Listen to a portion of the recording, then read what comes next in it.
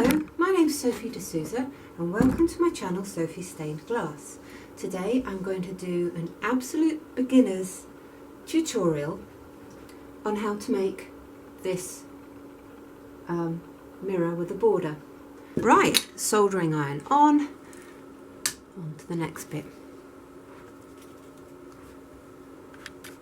In preparation for soldering, you need to rub a bit of this tallow or flux onto each joint. And don't worry if you forget a joint, because that's traditional. But as you're soldering, it's easy to see if you've missed a joint because it won't solder. This, when you heat up metal, it oxidizes, which is another word for gets dirty, and that will stop solder taking. You've got to have bright clean lead for solder to take. And if you find your lead is very old,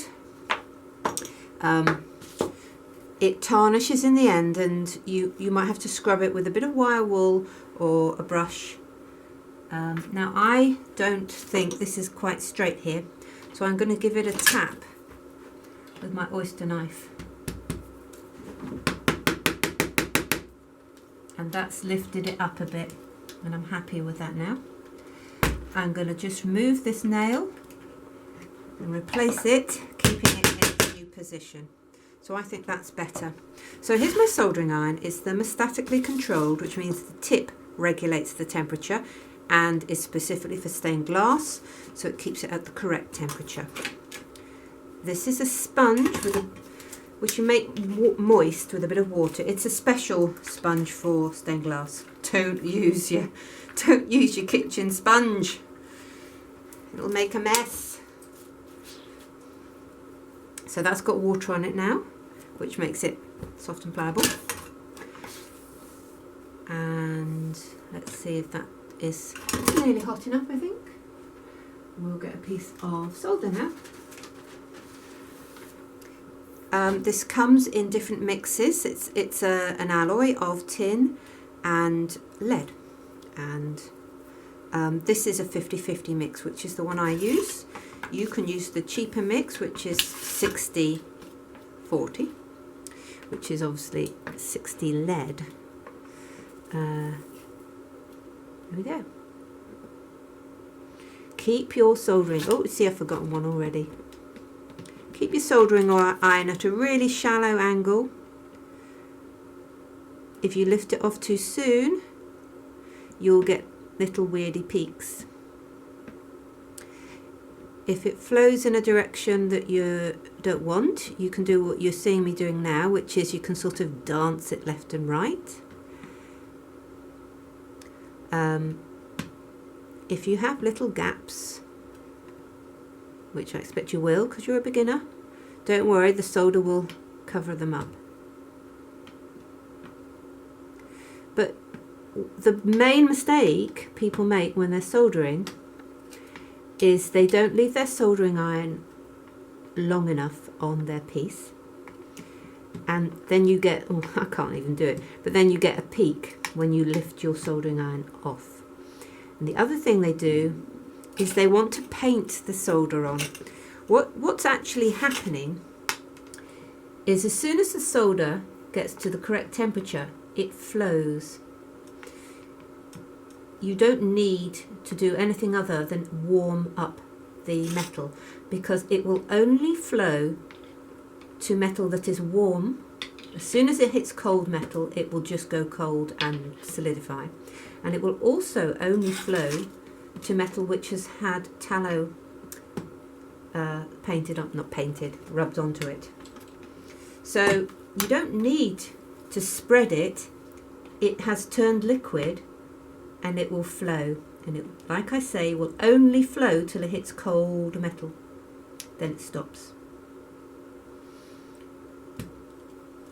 It's a very quick process. You get into a little bit of a rhythm. You're watching all the time for the flow.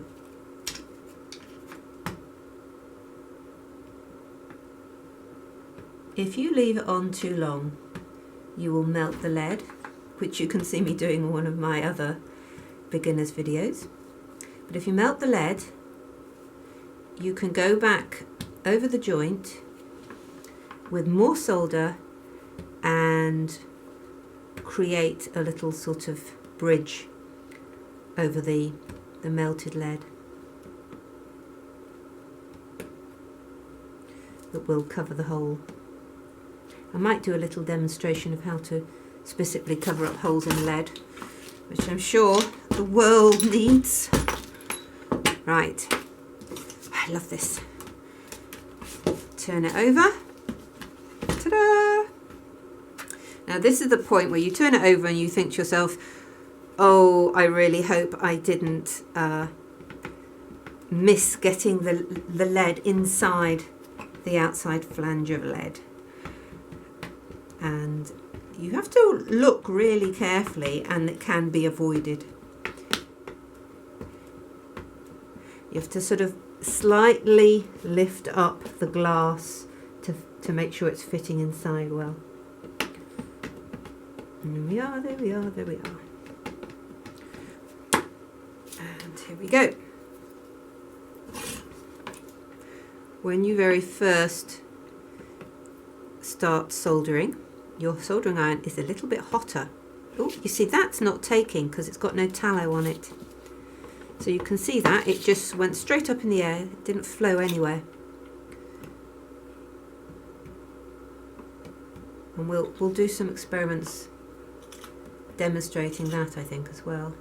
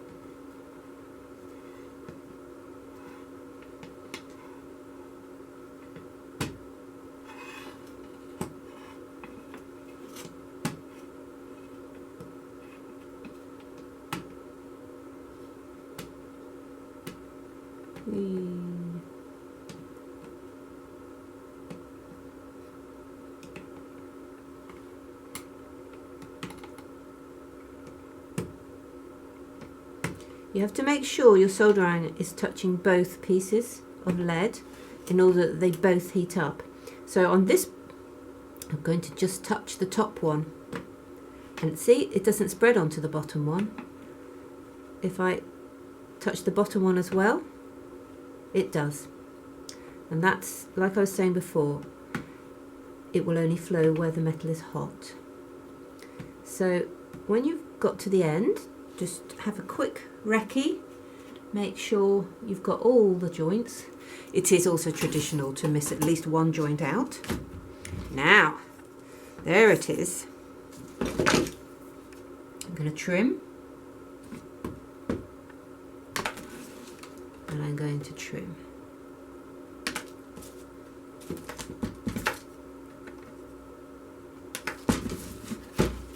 And there we have our little mirror.